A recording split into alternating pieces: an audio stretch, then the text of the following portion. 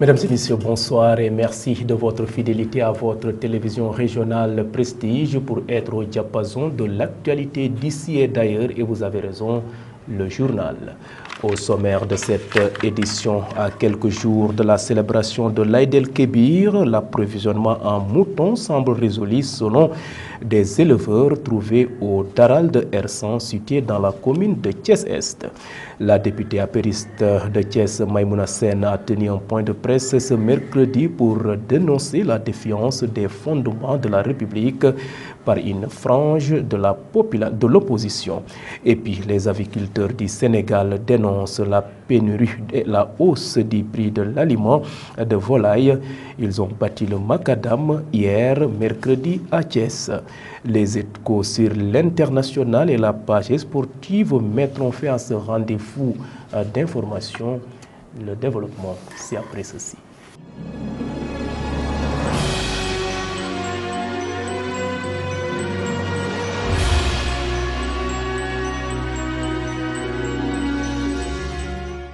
Bienvenue, démarrons ce rendez-vous d'actualité par la situation épidémiologique du jour. Le ministère de la Santé et de l'Action sociale a déclaré jeudi avoir recensé 11 nouveaux cas de Covid-19 au cours des dernières 24 heures sur la base de tests effectués sur un échantillon de 813 individus correspondant à un taux de positivité de 1,35%.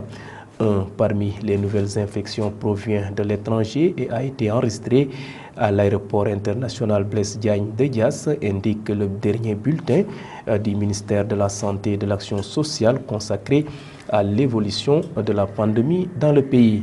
Il précise que les 10 autres cas sont issus de la transmission communautaire et ont été recensés dans le département de Dakar et dans celui de Rufisque.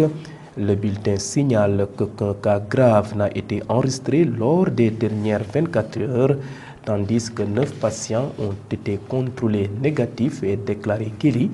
L'état de santé des autres patients hospitalisés est jugé stable. Je vous le disais en titre, Tabaski 2022, à quelques jours de la célébration, à quelques jours de la fête. Je vous le disais en titre, Tabaski 2022, à quelques jours de la fête, l'approvisionnement en moutons semble résolu selon les éleveurs trouvés au Daral de Ersan. Le problème se situe au niveau des prix. Unanimement, ils dénoncent la cherté de l'aliment de bétail. Suivons leur réaction au micro de Isaac Dapa, Doudou Dieye et Fatou Kenya. Les moutons sont venus tout beaux, mais le prix ne sera pas facile. Regarde les moutons comme ils sont beaux, c'est parce qu'ils mangent trop. Et les sacs coûtent maintenant 5000 francs. Donc quiconque veut un mouton et qui ne se lève pas tôt, ça sera compliqué pour lui. Les moutons seront là, mais le prix ne sera pas abordable. Et tout cela parce que l'alimentation est trop chère. Le kilo de repas coûte 400 francs. Djarga, 400 francs. Le sac, 5000 francs. Si tu continues comme ça, ça devient très compliqué. Il y a des clients qui l'ont compris parce qu'ils sont des éleveurs. Parce qu'actuellement, tout est cher. Il n'y a pas que les moutons, mais tout est cher. Il faut juste partir de cette analyse. Ça ne peut pas être facile et qu'il y a des gens qui veulent de bons moutons. La vie est devenue trop chère. Le sac maintenant coûte 5000 francs. Et kilo maïs, 400. Donc les moutons peuvent être chers. En tout cas, ce que tu as, tu peux avoir un mouton. Et nous, ce qui nous plaît le plus, c'est qu'il y ait des moutons, au lieu qu'il en manque. Les aviculteurs du Sénégal dénoncent la pénurie et la hausse du prix de l'aliment de volaille. Ils l'ont fait savoir ce mercredi lors d'une marche organisée ici à Thiès. Je vous propose d'écouter le docteur Papa Ali Diallo. Il est le porte-parole du jour. Propos recueillis par Moussa Mbaye. Aujourd'hui, c'est un moment extrêmement difficile.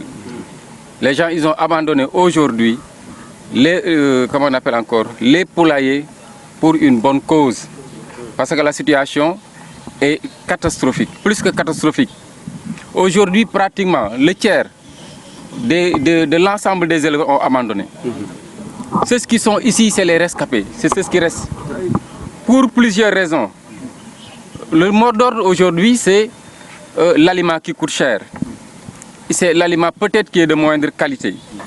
Mais c'est toute la filière qui est malade. Ce n'est pas seulement l'alimentation. Vous avez la qualité des poussins. Vous avez la qualité, bien que je sois docteur vétérinaire, des prestations et la cherté des médicaments. Donc tout est problème. Aujourd'hui, nous sommes réunis, on a fait une marche pour que les autorités nous entendent. Pour qu'ils sachent que l'aviculture représente un pan très important de notre économie, qui emploie aujourd'hui, dit-on, près de 60 000 jeunes, enfants et vieux, n'est-ce pas, qui brassent près de 200 milliards de francs. Donc on ne peut pas laisser un pan aussi important d'une économie comme ça disparaître du jour au lendemain. Donc nous en appelons aux autorités pour qu'on trouve des solutions conjoncturelles aujourd'hui, maintenant, mais également des solutions structurelles. Un pays, je pense, ne peut pas dépendre d'un autre pays pour vivre. Et ce qu'on a constaté au Sénégal. Pour tout ce dont nous avons besoin pour vivre, à passant du riz, du maïs, de l'huile, il faudra tendre la main à l'extérieur pour pouvoir vivre. Alors qu'on a la possibilité de le faire. C'est un échec ou quelque chose comme ça. C'est-à-dire de trouver des acteurs. Aujourd'hui, ce qui manque, c'est de réels acteurs. Les acteurs, c'est des agriculteurs modernes, capables de relever ce défi-là.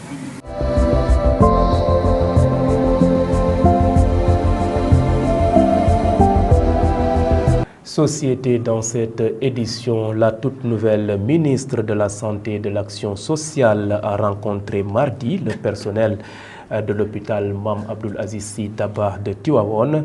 Le docteur Marie-Khemesse Ngom Ndiaye a été accueilli par des agents en brassard rouge. Ainsi, ils réclament la libération de leurs collègues placés sous mandat de dépôt suite à l'incendie de l'hôpital qui a causé le décès de 11 bébés. Je vous propose d'écouter le docteur Marie-Khemesse Ngom Ndiaye, propos traduits par Mbaye Ciss. D'accord nañ tey ak personnel bi ba ñu ñëwee takk nañ seen brassard rouge. Nous avons été reçus par le personnel avec des brassards rouges. Cela ne nous aurait pas étonnés. Non pas parce que le directeur n'a pas travaillé, ni le conseil d'administration, ni même que la mairie ne nous a pas appuyés, et même le gouverneur et le préfet. Nous avons vu comment vous nous avez épaulés par rapport aux 3 collègues détenus en prison. Personne ne le souhaite et nous allons faire en sorte que le ministre de la Justice vienne ici à Tivaouane. Personne ne peut faire une enquête à leur place. Ce n'est pas possible. Nous prions à ce qu'ils quittent la prison. Nous n'avons pas dit qu'il n'y aura pas de sanctions. Ça, ce n'est pas de notre compétence. Nous ferons en sorte que vraiment la néonatologie reprenne du service. Vous avez vu la participation de l'Arabie Saoudite, nos amis et d'autres bonnes volontés. Il faut tester tout matériel avant usage. Et ça, c'est important, car on ne joue pas avec le courant. La directrice ici présente sait de quoi je dis. Chaque bonne volonté doit passer par la voie hiérarchique, voir tous les échelons, tous les niveaux, lorsqu'il apporte son matériel. Tout ce que je peux faire, à mon niveau, je le ferai. Au-delà maintenant, je sollicite le président de la République. Des cheminots à la retraite affiliés à l'Association nationale des retraités civils et militaires, section Thiès, ont organisé un point de presse pour réclamer la revalorisation de leur pension de retraite. Ils fustigent le manque de considération de l'État du Sénégal. Je vous propose de suivre leurs propos au micro de Isaac Dapa et Arampaï. Notre rencontre, la raison est que ce gouvernement n'est pas reconnaissant envers les retraités. Parce que quand il y a une loi qui a été votée depuis 1981, sur la loi 81-52 du 10 juillet 1981, ouais. C'est ce qu'ils ont fait. Nous ne sommes pas des fils de ce pays. Nous sommes des étrangers.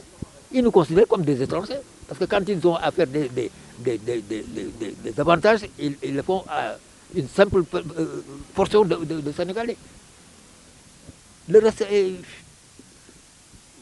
voué à l'enfer, comme on dit. Pourquoi? C'est qu'on on n'a pas une administration, comme je dis, Macky Sall, s'il veut vraiment réussir, combien de milliards il a donné? Combien de milliards il est en train de donner à des groupuscules? Mais alors que l'essentiel, c'est les pères de famille. L'essentiel, c'est les pères de famille qu'il faut enrichir pour que le ventre ne soit pas mou, comme on le dit. Qui c'est qui va acheter du riz? C'est le père de famille. Alors, on prend un groupe, on dit qu'on va donner à un groupe de femmes 52 000 personnes, 80 000 francs par mois. 80 000 francs pour un mois, 2 mois. Mais c'est foutu.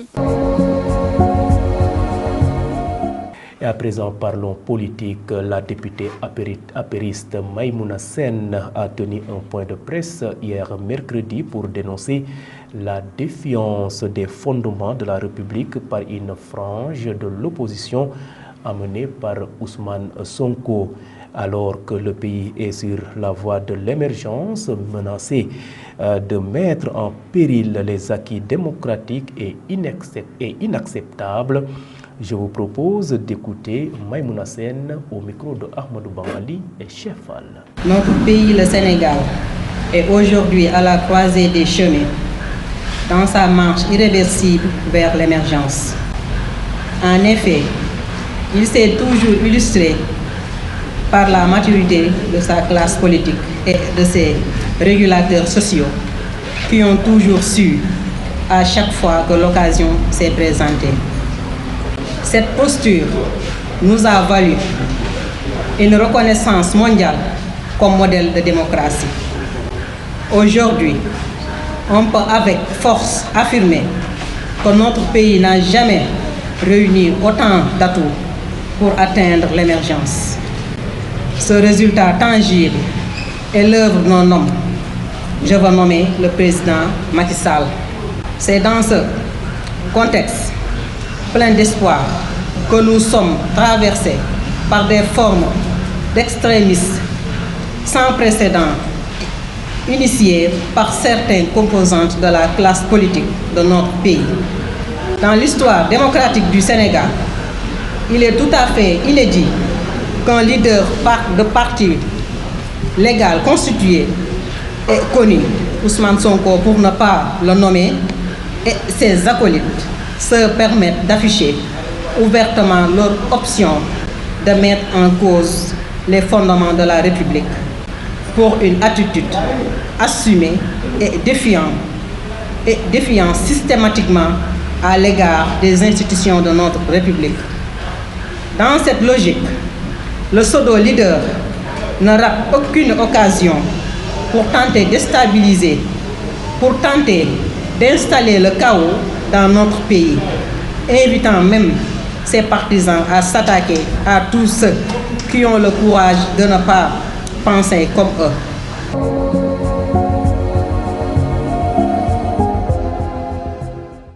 Et à présent, focus sur ce qui fait l'essentiel de l'actualité nationale de ce jeudi à Tivaouane. La pose de la première pierre de l'hôpital niveau 3 est prévue ce samedi. L'actualité nationale, c'est l'affaire de Mambiram Sissegei. Bienvenue à l'actualité nationale. Macky Sall préconise d'accroître le soutien de l'État aux personnes âgées et aux retraités.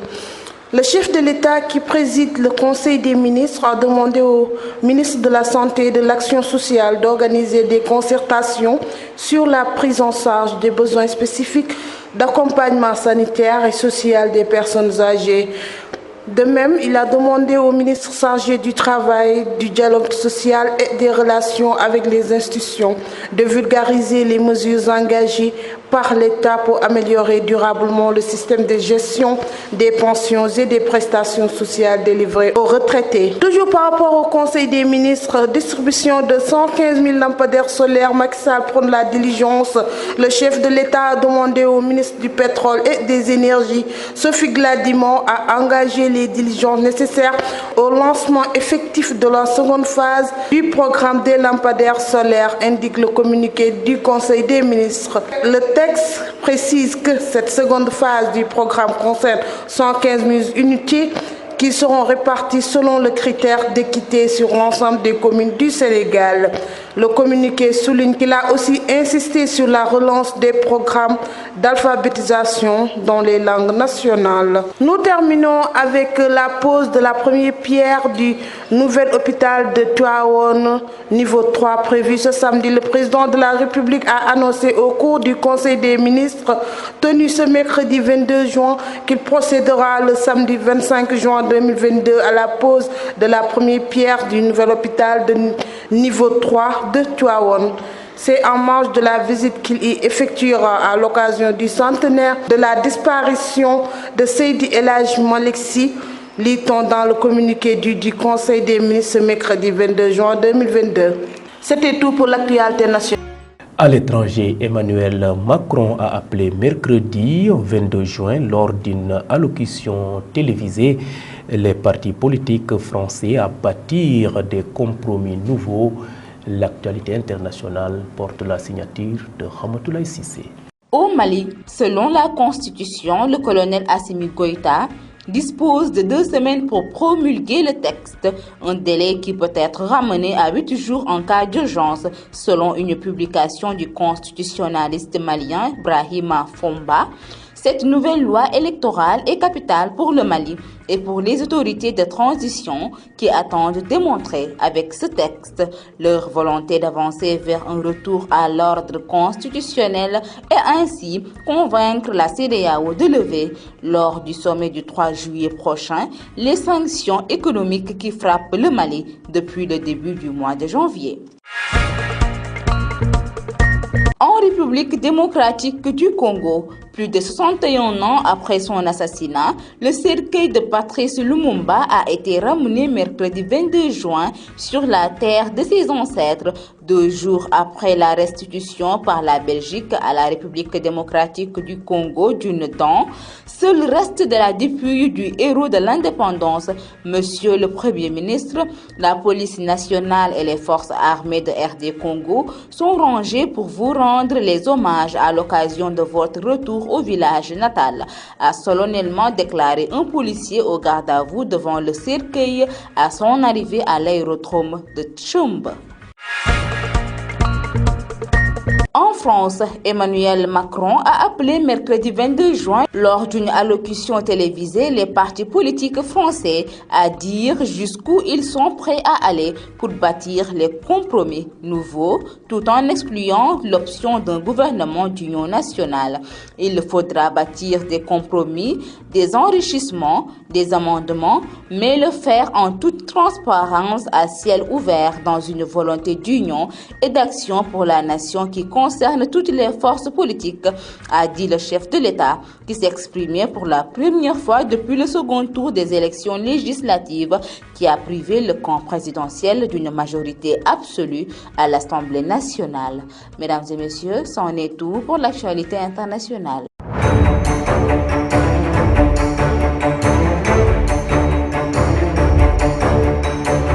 Et terminons ce rendez-vous d'information par une note sportive. Classement FIFA 2022. Les Lions du Sénégal reviennent à la 18e position au niveau mondial, nous dit Fatou Falgueï. Démarrons les actualités sportives avec le stade du Bayern illuminé aux couleurs de Mané. Ce mercredi, le Bayern Munich a officialisé la signature de Sadio Mané pour 40 millions d'euros, 26 milliards de francs CFA, à provenance de Liverpool. Fiers d'accueillir l'un des meilleurs joueurs du moment, les Roten n'ont pas hésité à célébrer l'arrivée de l'attaquant sénégalais en grande pompe. Dans la soirée, l'Alliance Arena s'est en effet illuminé au nom de Mané, écrit en géant. Une attention qui a dit long sur l'attente du cadre bavarois vis-à-vis de sa nouvelle star qui a signé jusqu'en juin 2025. Bon vent à la star sénégalaise. Ensuite, Salah rend hommage à Mané. Mohamed Salah a fait ses adieux à Sadio Mané quelques minutes après l'officialisation du transfert de son ex-coéquipier au Bayern Munich. Il a rendu hommage à Mané à travers d'un petit message posté sur Twitter. Le duo se sépare après 223 matchs joués ensemble dans les pelouses européennes. Ça a été une sacrée aventure. Merci pour tous les bons moments et je te souhaite le meilleur dans votre nouvelle aventure. Tu nous manqueras à tous, a déclaré le numéro 11 des Reds à propos du champion d'Afrique. Terminons avec le classement FIFA. Le Sénégal revient à la 18e position. La FIFA a mis à jour son classement mensuel des nations. Le Sénégal a gagné 2 places par rapport au précédent classement. Vainqueur du Bénin et du Rwanda lors des premières et deuxièmes journées des éliminatoires de la CAN 2023, le Sénégal a logiquement grimpé au classement FIFA. Classé 18e, le champion d'Afrique égale son meilleur classement de l'histoire, février 2022. En Afrique, le top 5 est complété par le Maroc, la Tunisie, le Nigeria et le Cameroun. Le classement est dominé sur le plan mondial par le Brésil, la Belgique et l'Argentine complètent le top 5. C'était tout pour les actualités sportives. Merci donc à vous Fatou Fall Gueye pour cette note sportive. Mesdames et messieurs, c'en est tout. C'était le rendez-vous de l'actualité de ce jeudi 22 juin 2022. Vous étiez trop nombreux à nous suivre à l'étranger via le réseau IPTV. D'autres optent pour nos différentes plateformes, à savoir le site d'information www.prestigechess.com, les pages YouTube et Facebook Live de Prestige. En tout cas, votre fidélité est fait notre fierté. Merci et bonne fin de soirée.